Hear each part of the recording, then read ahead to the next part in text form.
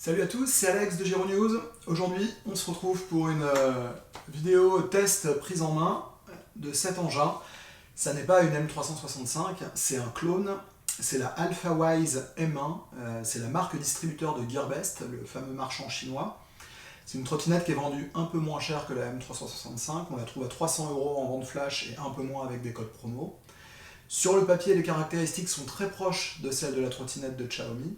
On a un moteur 250 watts situé dans la roue avant, on a une batterie 7800 mAh, donc 280 Wh installée dans le plancher, on a une petite gâchette, phare à l'avant, poignée de frein, frein à disque à l'arrière, même si là vous ne voyez pas, il est de l'autre côté, une petite béquille. Vraiment, sur le papier c'est très proche, mais en même temps évidemment il y a quelques différences, et c'est ce qu'on va essayer de passer en revue ensemble pour voir si c'est une bonne alternative, et très clairement si la copie a une chance de rivaliser avec l'original, ou si au contraire il vaut mieux acheter le modèle Xiaomi et passer son tour sur celle-ci. Alors donc les specs, j'ai donné à peu près l'essentiel. On est vraiment sur une construction qui est très très proche. Quand on les met côte à côte, évidemment quand on a l'habitude on va les différencier assez facilement, mais une personne qui n'est pas habituée pourrait certainement s'y laisser tromper. Bon, il n'y a pas de logo de Xiaomi. Il y a des différences par exemple au niveau des poignées, on voit qu'ici elles sont rainurées.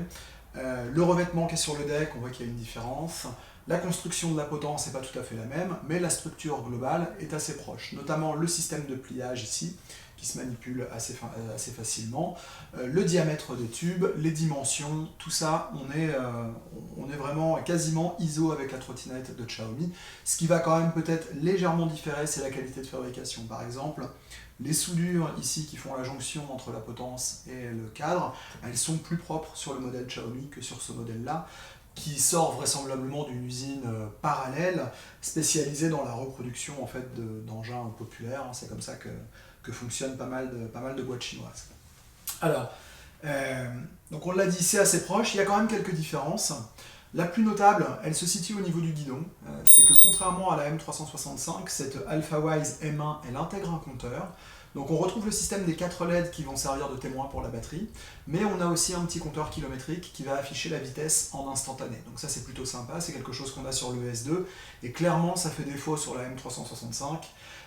Donc là, c'est plutôt malin de la part d'AlphaWise, enfin de Gearbest, d'avoir comblé cette petite lacune. Au niveau des différences, on voit aussi au niveau du garde-boue arrière que la construction est différente et nettement plus solide que sur le modèle Xiaomi.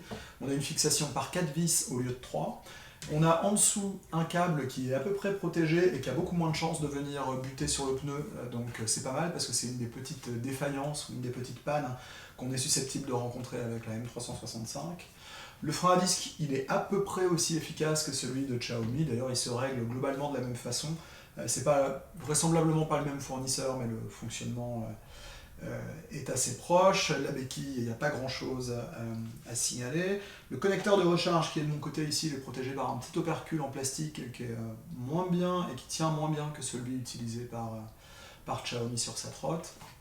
Et on a aussi, en parlant de capuchon caoutchouc, on a des câbles ici qui font circuler.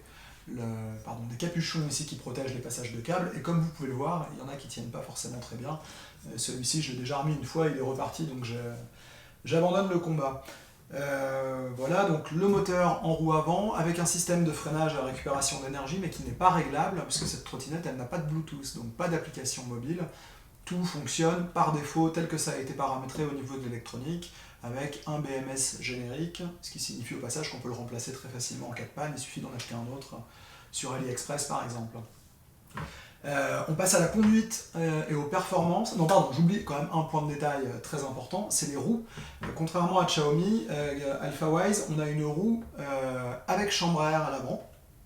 On doit voir la valve de ce côté-là, mais à l'arrière on a une roue qui est pleine, donc ça minimise le risque de crevaison. Ça a une contrepartie par contre sur le confort, c'est qu'avec un pneu plein, fatalement on amortit un peu moins bien les chocs qu'avec une chambre à air. Le premier modèle de la trottinette AlphaWise qui s'appelait la T0, ils avaient fait le choix de 2 pneus pleins, avant et arrière, mais je pense qu'il y a dû y avoir des retours comme quoi c'était vraiment trop juste en termes de confort. Donc là ils ont choisi la solution du compromis, on garde quand même le pneu à chambre à air à l'avant, ce qui est pas mal parce qu'on a besoin d'amortir un petit peu les chocs qui se font sentir au niveau du lock de fixation ici, qui est pour moi, l'une des principales faiblesses structurelles, aussi bien de cette trottinette que de la Xiaomi, c'est que ce lock, malheureusement, il peut casser à force de prendre des coups à l'usage. Donc c'est pas mal d'épargner un petit peu la machine à ce niveau-là. On passe aux performances. Elle est donnée pour 25 km/h. Elle les atteint à peu près. C'est ce qu'indique le compteur. On arrive assez facilement à 25-26 quand on est sur du plat, et au GPS c'est à peu près fiable à 1 ou 2 km/h près. Par contre, par rapport à une M365 stock, hein, sans débridage, sans firmware modifié, on a quand même un peu moins de couple, un peu moins d'accélération et globalement une capacité un peu moins bonne à franchir les côtes. Donc pour moi c'est un peu la déception. La vitesse de pointe elle est ok. Le confort, on n'est pas très loin de ce que propose la Xiaomi, mais c'est quand même un peu plus mollasson. Si vous êtes un utilisateur régulier, que vous vous en servez tous les jours, ça risquerait de vous agacer d'avoir quelque chose qui a un peu de mal à se mettre en route. Deux points de détail liés à l'ergonomie pendant la conduite. Le premier, c'est qu'il y a la sécurité qui fait qu'il faut donner une impulsion du pied pour lancer le moteur, comme sur plein de modèles concurrents, mais là on ne peut pas le désactiver, donc il faut partir d'abord en patinette pour que le moteur s'enclenche. Puis le deuxième point, c'est qu'avec la molette d'accélérateur, il y a un régulateur de vitesse en fait, qui s'enclenche automatiquement à partir du moment où vous avez maintenu la même vitesse pendant 2 à 3 secondes. Donc ça permet, quand on roule, on peut tout simplement lâcher l'accélérateur. Voilà, on a juste à garder sa main sur la poignée. Et pour désactiver le régulateur, il suffit ou d'actionner la poignée de frein, ou d'actionner la gâchette d'accélérateur. On redonne une petite pichenette sur la gâchette et ça va couper le régulateur. C'est pas mal pour retrouver le frein moteur, par exemple, quand on veut ralentir en approchant d'une intersection ou d'un obstacle potentiel. Sur le freinage, donc une récupération d'énergie qui est l'équivalent du réglage faible sur la M365, on récupère un petit peu, mais le frein moteur n'est pas extrêmement violent. Le frein à disque, il me semble avoir dit qu'il faisait à peu près le job. On a un feu stop et un phare LED à l'avant qui ont le mérite d'exister, qui n'éclairent pas particulièrement bien, mais là aussi on est finalement pas beaucoup mieux ou moins bien que ce que fait la trotte Xiaomi. Je l'ai ouverte rapidement pour regarder comment est agencé l'intérieur. C'est quand même toujours un bon indicateur de la qualité, des finitions et peut-être du contrôle qualité qui peut être fait en usine. Deux observations, globalement c'est correct, les soudures ont l'air, en tout cas après un examen superficiel, ont l'air correctes, l'électronique est dans un boîtier qui est pas mal isolé, la batterie elle est gainée de plastique et elle est bien fixée par 4 vis finalement sous le plancher, puisque les vis arrivent par en dessous. Quand même un petit point d'attention, c'est que sur l'arrière là, les vis elles se logent dans des ergots en plastique et là il y en a un qui est déjà en train de casser alors que la trottinette n'a pas énormément roulé, donc ça signifie qu'après beaucoup de chocs, il n'est pas impossible qu'il y ait un peu de jeu qui se fasse à l'intérieur. Et puis on n'est pas super fan du petit cache en caoutchouc ici et du connecteur utilisé pour la recharge, c'est un peu moins bien, là ça se rapproche un peu plus de ce qu'on trouve sur des trottinettes on va dire vraiment low cost. Et de ce fait, on recommanderait quand même plutôt une utilisation par temps sec ou sur route humide, mais en tout cas pas sous une pluie battante. D'abord parce que les pneus, notamment le pneu arrière, mais même le pneu avant, ils n'ont pas une adhérence exceptionnelle. Et puis voilà, parce que ce ne serait pas la peine que de l'eau rentre dans l'électronique. Il y a des vulnérabilités un peu partout et voilà, donc on se méfie pour ce qui est de l'utilisation sous l'eau. Voilà, donc globalement par rapport à une M365, on est sur une copie un peu low cost. Il y a quand même quelques détails qui ne trompent pas, où les finitions sont légèrement en deçà. Cela dit, c'est quand même pas si mal compte tenu du positionnement tarifaire, et je préfère nettement cette trottinette là à certains modèles très low cost, sans marque ou en marque distributeur, comme on en trouve à 200 ou 250 € dans les grandes surfaces ou chez certains e-commerçants français. Entre une...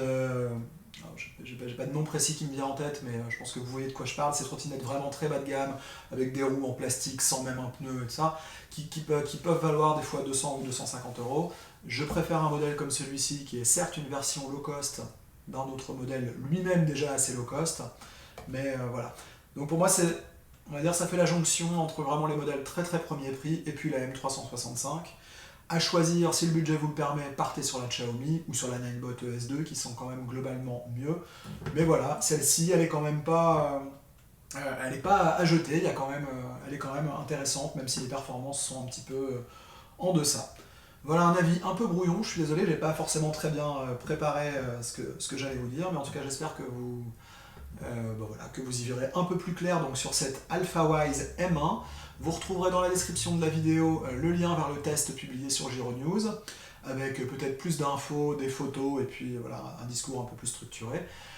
Quant à nous, on vous donne rendez-vous très bientôt sur la chaîne YouTube de Giro News. On vous invite évidemment à vous abonner et sur le site pour plus de news, d'infos, de tests sur les engins qui roulent. A bientôt!